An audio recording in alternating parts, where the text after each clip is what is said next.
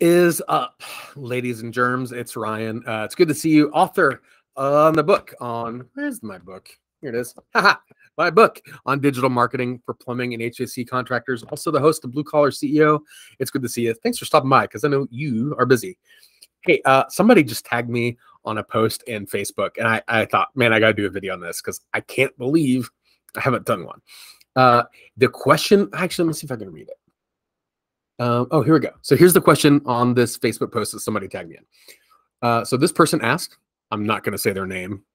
Should I say their name? I'm not going to say their name. I'm not going to say their name. The question is, how important is exclusivity when partnering with a marketing company? That's the question. How important is exclusivity when partnering with a marketing company?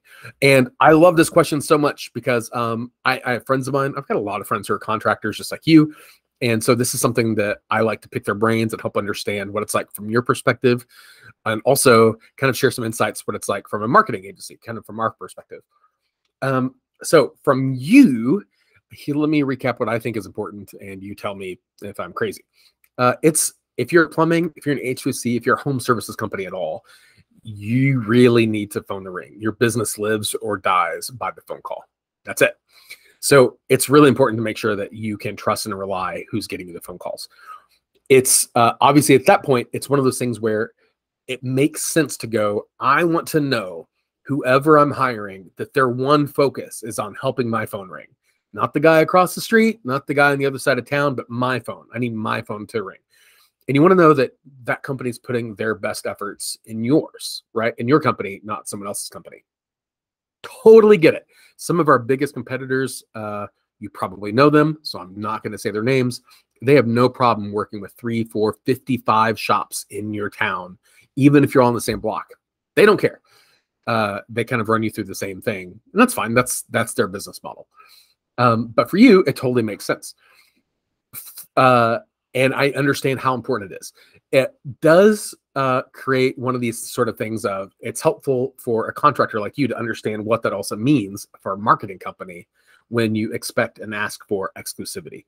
So first, you have to realize that there is a financial impact for a marketing company as it relates to like market cap, essentially foregoing market potential for the sake of working with one company. So as an example, let's pretend that you're a plumber, and let's pretend that you service this restaurant, you helped them out of a bind, cleared a drain for them, whatever. And they're like, this is amazing, awesome. And then the restaurant goes, you know what? We want to work with you as our plumber so much that we don't want you to work for any other restaurant in town. We want to be the only restaurant you work with, and you'll be our only plumber. How's that sound? If you're like most plumbers, if you're like, man, I'm going to visit here once or twice a year, you might be like, not really. Especially if you're only making $1,000 or $2 on a job every time you go out.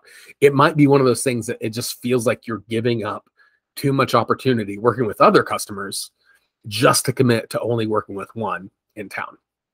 Now, if that same situation was to play out, right? So that's what I mean by market cap. You're basically having to say, I don't want to work with all these other businesses because I only want to work with one. However, if the restaurant said, here's the deal. We like you so much. We only want to work with you, and we want you to only work with us. We will make it worth your while. We will pay you $100,000 a month to always be able to service our account whenever we need it. But we don't want anyone else to be in line. When we call, you answer. You might then go, okay, I could probably entertain this conversation and be willing to think about how could I make this work? Because now the economics of the equation make it where the restaurant gets what they want. You get the income, which is kind of what you'd be asked to forego. They're basically saying, hey, we'll close that income gap, and everyone's happy. If that works for everyone, awesome. Great, go for it. So understand that there is an economic component. So if your marketing budget is really limited, be mindful that you're probably going to have a difficult time getting exclusivity from somebody just because the economics of the equation, you can't really pay them enough to say, hey, don't work with anyone else, right? So just be mindful, like there is an economic thing. It's not just ethical, like there might be ethical things, but in this case, it's just economics. Just like a restaurant would have to pay a plumber a hell of a lot more of a premium just to say that you can't work with any other restaurant. You'd have to do a similar sort of thing with the marketing company. The other thing is going to be operational. So by operational, I mean, it is totally possible in a lot of markets to do different sorts of marketings with different sorts of strategies and have different types of success. It is not a zero-sum game. And it is totally possible that the one company can fulfill all those things. So imagine, let's say there's 2 plumbers in the same town, both working with the same marketing company.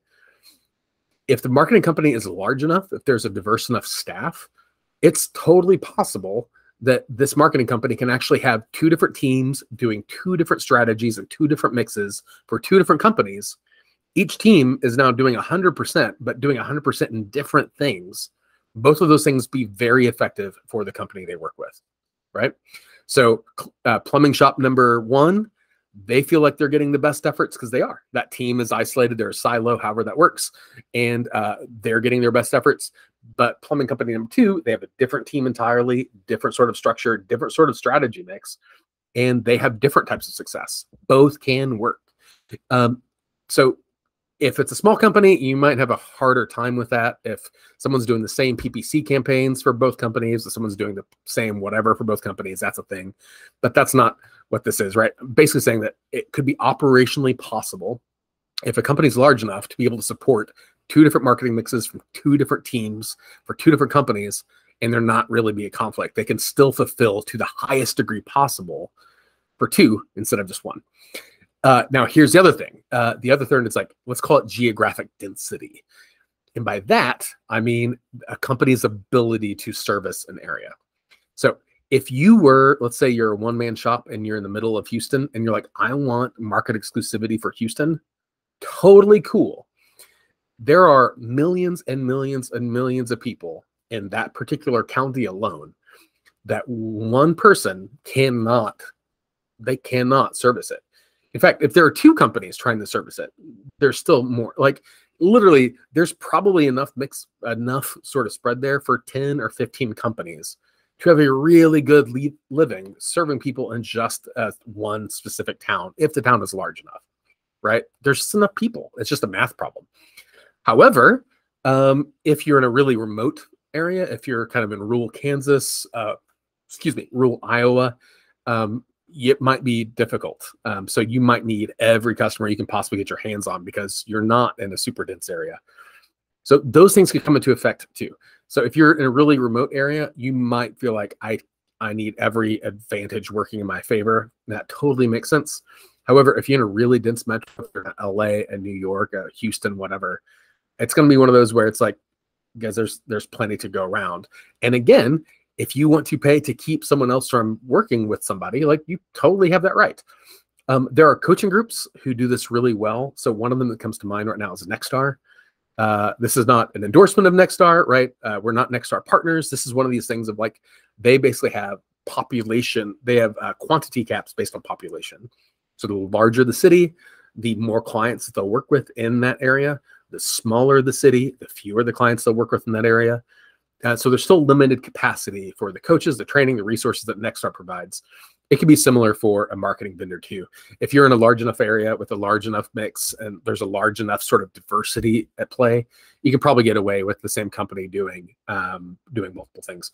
So it's a really good question. It's not always as clear cut as it seems. But seriously, if the market cap is resolved, if it's a win-win for both parties, if there's operational capability to actually do multiple mixes, multiple strategies for multiple companies, even in the same market, and if there's population consideration, right? If the market size itself is bigger or smaller enough to be able to support it, you can probably get away with a company doing more than one. But that's up to your comfort level, right? You might not like the idea. That just might be the thing, but just that's kind of how the dynamics of it work. Totally, for any company, you can ask for exclusivity, you can ask for those things. And if it's a win-win for everybody, totally makes sense.